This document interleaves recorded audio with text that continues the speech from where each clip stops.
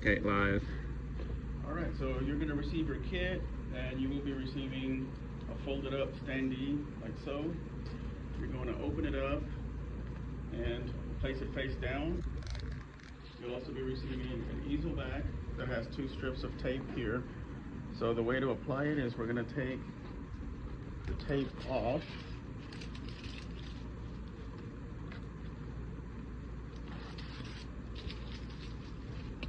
And what you want to do is you want to center it, put your finger down at the bottom where it's flush, and just kind of center it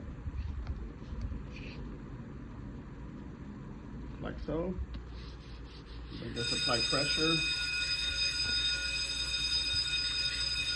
And then you're going to fold up where the score is.